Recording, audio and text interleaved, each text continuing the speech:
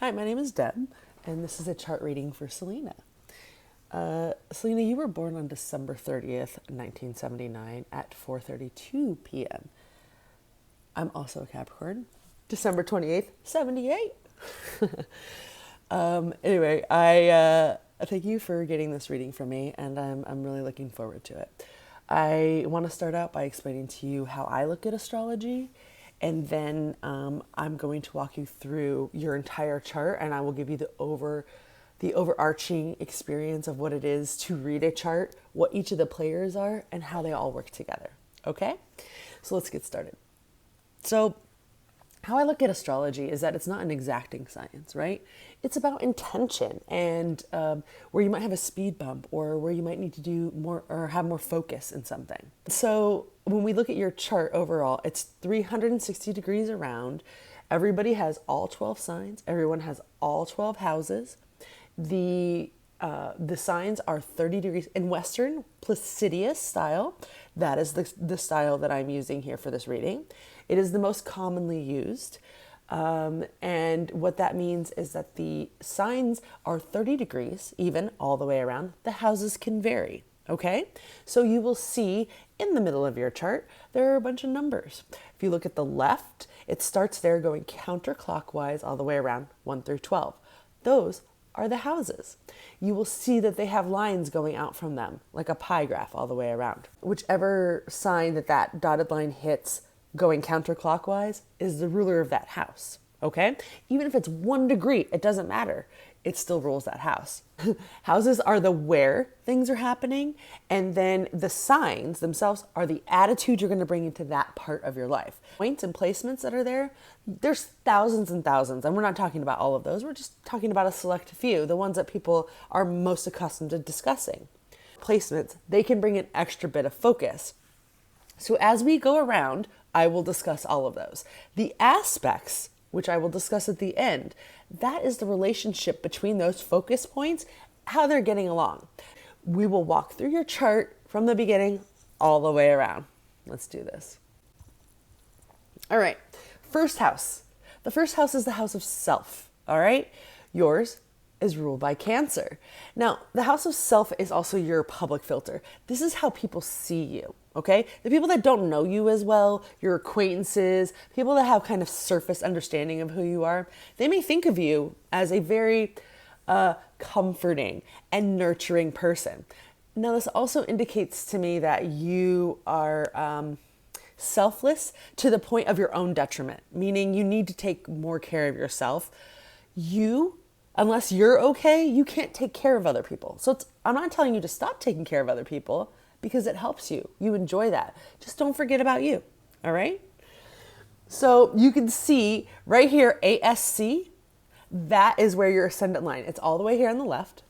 And you can see that it's right there in Cancer. That means Cancer was the constellation that was on the horizon at the time of your birth.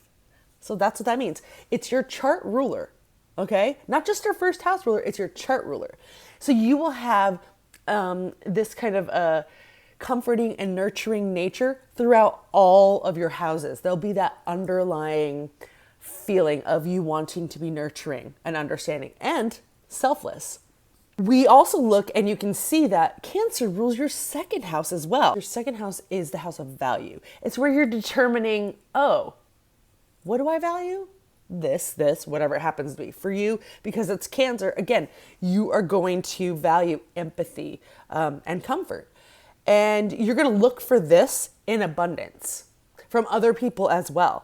And not necessarily towards you, right? Because again, you're very selfless. You're not thinking about yourself. You're thinking about other people. So if somebody is showing comfort and empathy to other people, you're going to dig that. Now, when we move to your third house, that one is ruled by Leo, okay? Now, Leo, if we think about Leo, they're very dynamic. They're creative, okay? So you're going to be very playful in how you think and communicate. Because Leo is so creative, it indicates that you are a very creative writer or thinker, right? Now, you do have a placement here. However, the placement is in Virgo. There's so many interesting things here, especially according to the questions you were asking, okay? And we're going to get to all of them, but I have to piece it together for you, okay? Jupiter, which is there, is one of the social planets, okay? It's the planet of expansion. Now, I personally think that Jupiter shows your hidden talents, your juice, for lack of a better term. Now, yours happens to be in Virgo. So if you have that Jupiter there, it makes you a deep thinker, and it gives you this ability to refine details. That says to me that if you're not, you should be doing some sort of writing or communication that you feel as though you have a creative interpretation for. You should definitely talk about it and get it out, because that having Jupiter there says that you should be expanding that communication. When you expand communication, it's also going to help you expand as a person. Your fourth house is ruled by Virgo, meaning that you're going to crave acts of service in your home life. So at home, you like there to be some routine. You like to make sure everything's okay. You know what everybody needs in the house. You've got it down, and that's how you feel that you can show love. You have two placements here. The first placement that we're going to talk about is your dominant energy. Your top energy, if you will. It's the things that you feel passionate about, and kind of the things that you'll fight. I'm gonna die on this hill kind of attitude. And so again, you have this feeling of restlessness, because you want to have ownership over your home life. It's like, hey, if you would just let me control the situation, everything would be fine. So it gives you this kind of anxious restlessness. But you also have Saturn there, giving you some restriction there. And so it can give you a little bit of a heavy heart in your home life when things aren't getting put together the way you want. You have an innate fear of being disorganized in your home life. You feel as though if you're disorganized, your home life will fall apart. But know this, your home life does not have to be perfect, okay? You can strive for what you want. It doesn't have to be perfection. Just give yourself a little bit of leeway, because Virgo's very restrictive already. As we move on to the fifth house, this is the house of creativity. And for you, yours is ruled by Libra. Balanced creativity. So just like if you were to write a book, as an example, and it's something super creative because you have that Leo in your communication, and your Jupiter's there and you're expanding, and you want to go put it out, you're going to double check. You're going to triple check. You're going to make sure it's balanced, that it covers everything, that you didn't exclude anybody, that it covers all the bases, but it still looks amazing and beautiful, because Libras are about beauty. You have two planets here, and they're both generational. Okay, generational means that they have more than 7-year orbit, meaning anybody who's within a certain age range from you has a similar planet placement in that sign, but not necessarily in the same house. So for you, in the fifth house of creativity, okay? So in the fifth house of creativity, you have the planet of transformation, which is Pluto. It's about transforming in your darkest desires and things that are taboo. And you can you will seek to have a big impact on your audience. So when you're creating something and you put it out there, you want it to be very impactful, because it's focused on what it should be focused on, and you've crossed all your T's and you've dotted all your I's, and now it's about the thing that you want to get across, the emotional impact that you want people to have. You have Uranus here, but in Scorpio. So Scorpio is very sensual and mysterious. So you're going to like there to be, or maybe have that kind of taboo energy, a rebirth to it. As if you were destructing something, but not really destructing it, you're transforming it. You are literally using your creativity to help people transform through those specific areas, meaning you want people to have not just something that they feel comfortable with, you want it to get into their soul and have them find some sort of truth about themselves. That's some deep stuff right there, but that's what it's giving me. That's what I feel from it. And this just means that the stuff that you're creating is important. It's important, especially to some people. It will literally transform their lives. Fascinating. Now, when we move to the sixth house, this is your house of routine. Now, house of routine, yours is ruled by Scorpio. That's going to make you honest intense about your routines. Like you're very like, this is how it needs to be done and we need to get it done. Uh, that's just how you provide service, because you think that if you provide it very impactfully and with a mystery behind it, like how did you do that? That it will it'll have a better impact, and it will create this routine that's better for people to follow. The sixth house also rules health. So the fact that Scorpio rules your sixth house, just be cognizant of ill health in your eliminative organs, your colon, rectum, bladder, as well as sexual organs. Make sure that doesn't mean that you will have anything that happens with those things, but if you are ever having an inclination that something might, have it checked out, just because it's an indication that you could have something, okay? You have 2 placements here, but they're in Sagittarius. Sagittarius is very complimentary, right? They like to be very complimentary. They use their experience to surprise people with what they know. One of them is the 3rd generational planet of Neptune. This is dreams. This is the unseen. So having it here, it's going to give you optimism. And then you also have, quite interestingly, Mercury. Mercury is the planet of communication.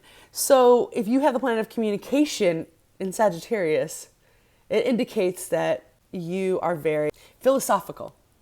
You have a lot of philosophy that you can communicate about, and it seems like it should be part of your routine.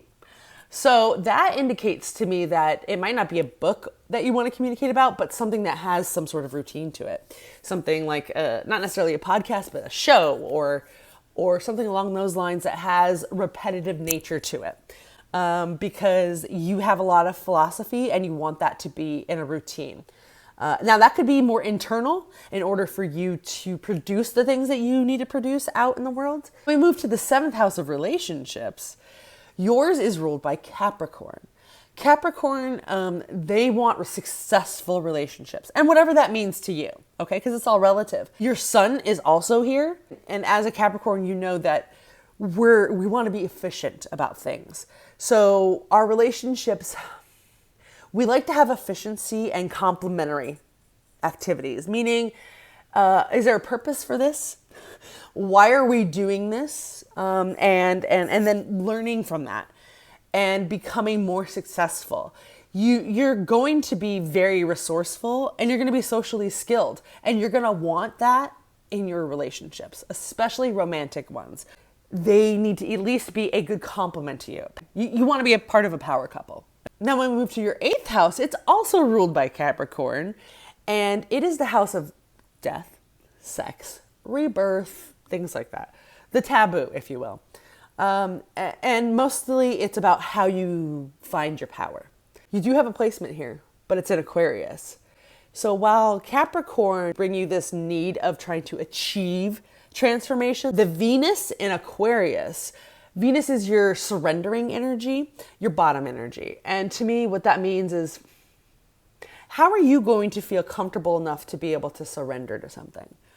And Aquarians are social, they're humanitarians. And you're going to need to have a devoted connection, and you will absolutely return the favor. And you will like to have this very social, atmospheric partnership with people, because it makes you feel more powerful, because you're stepping into your power. Now, when we talk about Aquarius, it also rules your 9th house. Your 9th house is your house of adventure and experience. And Aquarius, that's going to give you a unique perspective on how you educate yourself and what kind of adventures, and even your faith, okay? Because it's not conventional, and it doesn't want you to do anything conventional. So you may like how you are going to want to explore or learn, you're going to enjoy doing that mostly in group settings, like going on group trips, things like that. But it won't necessarily be typical. Now we're going to move to your 10th house. The cusp of your 10th house, MC midheaven, literally means middle of the sky.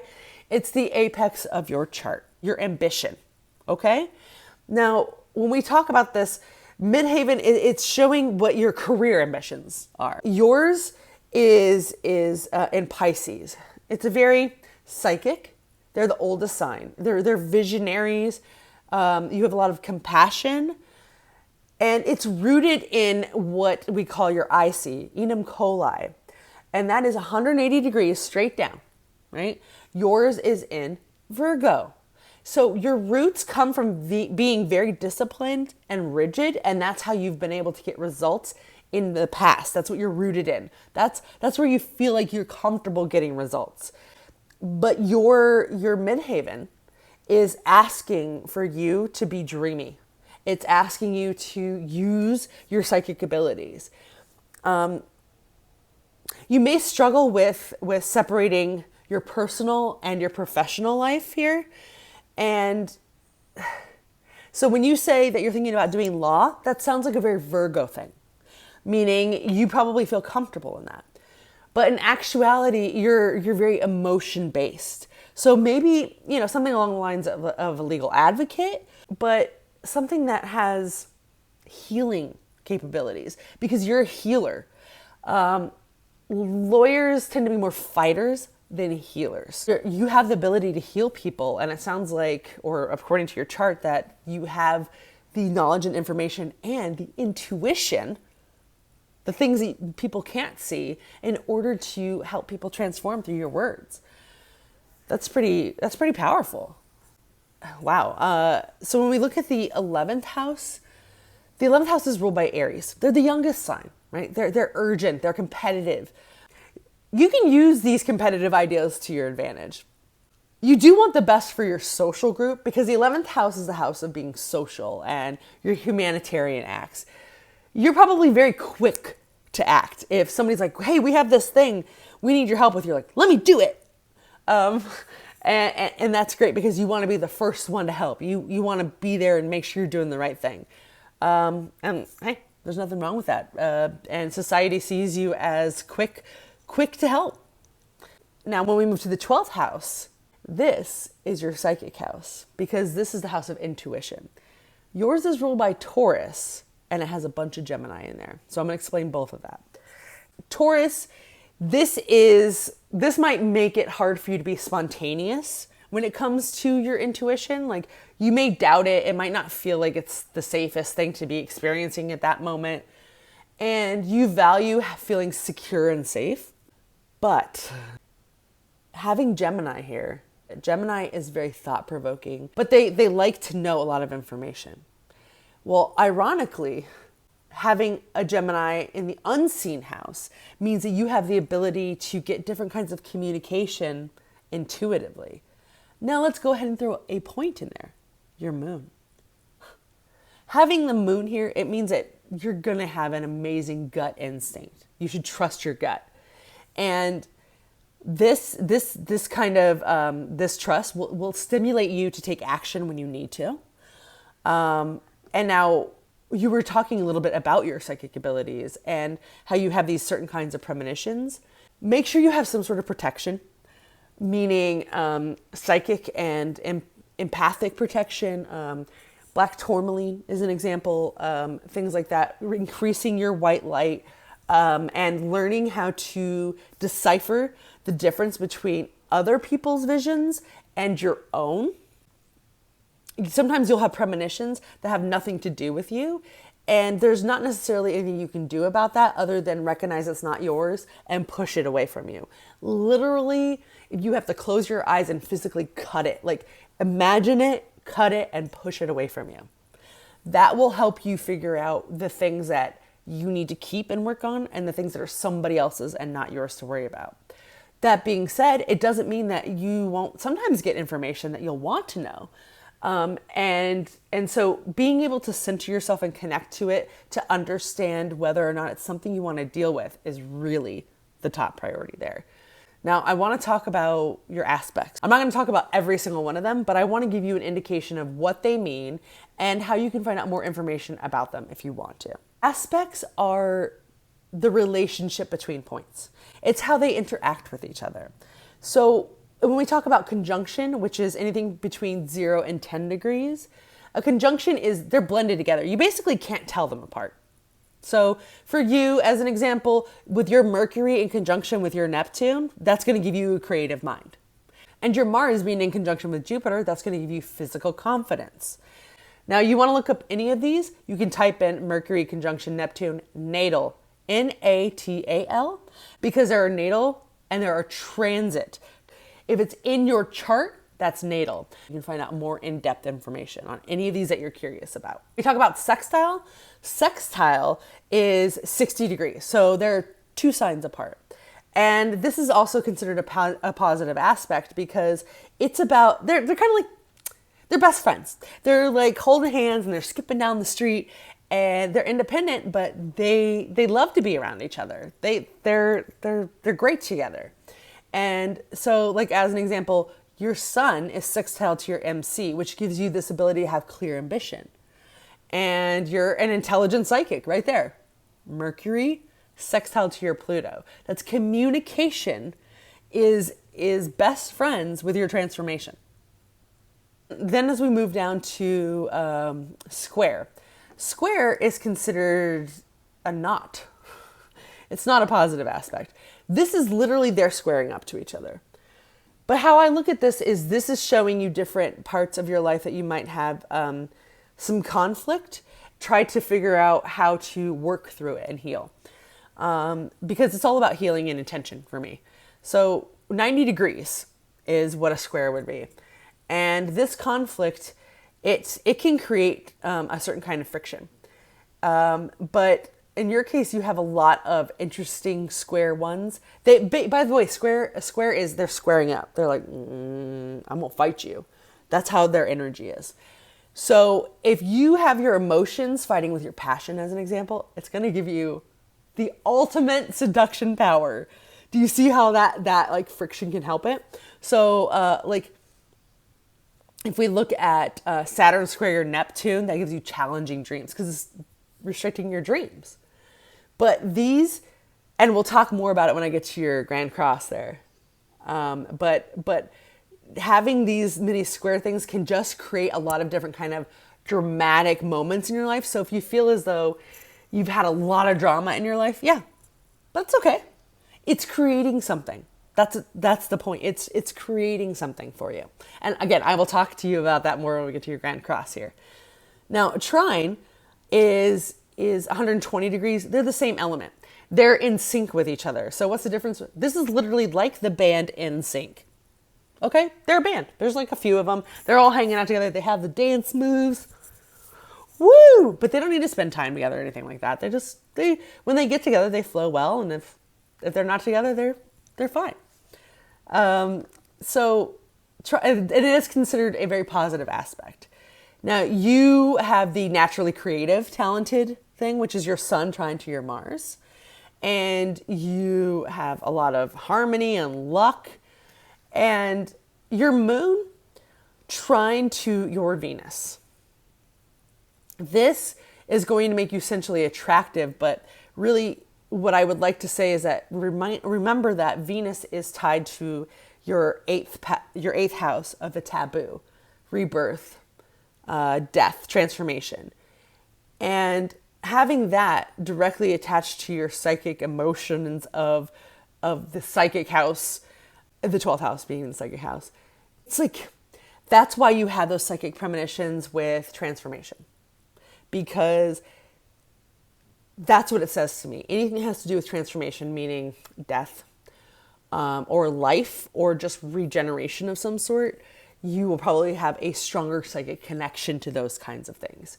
And that's because your moon is literally trine to your surrendering energy of power in the world of rebirth. Now, opposition is my favorite. Okay, it's my favorite because similar to square in the sense that it creates like they're looking at each other like, hey, I see you over there. What are you doing? But in this case, it's a little more competitive energy, and it's like, I can do it better than you. So when you have one in one place and one in the other place, they can create this energy where they push and pull each other. And like as an example, your Jupiter, your planet of expansion, is in opposition to your ambition, your MC.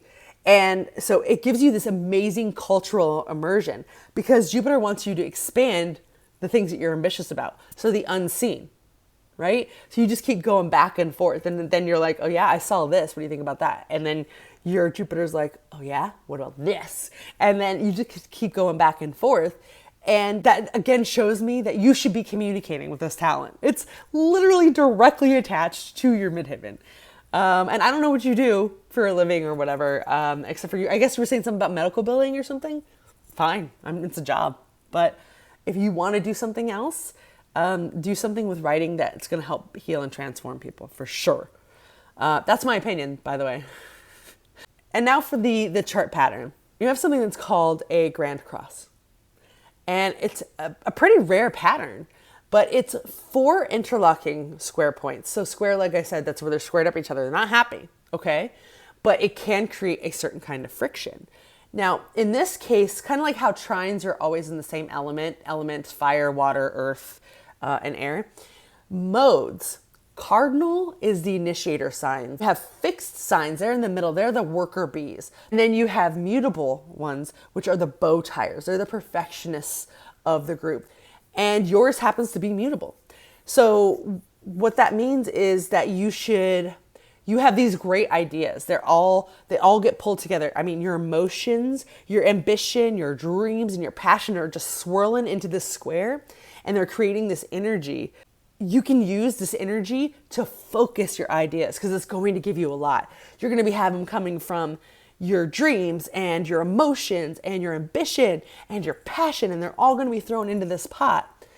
And so then you need to figure out how to decipher that and pull it out so you can focus deeply on some of your ideas. If you can ever find anything that has those 4 things involved in it: emotion, ambition, passion, and dreams, you will feel as though you are in another realm. Well, so I hope that helped. Thank you so much for getting a reading from me. This is really fun. I liked your chart. It was a cool read. So I hope you're well and staying safe. And thank you again. Cheers.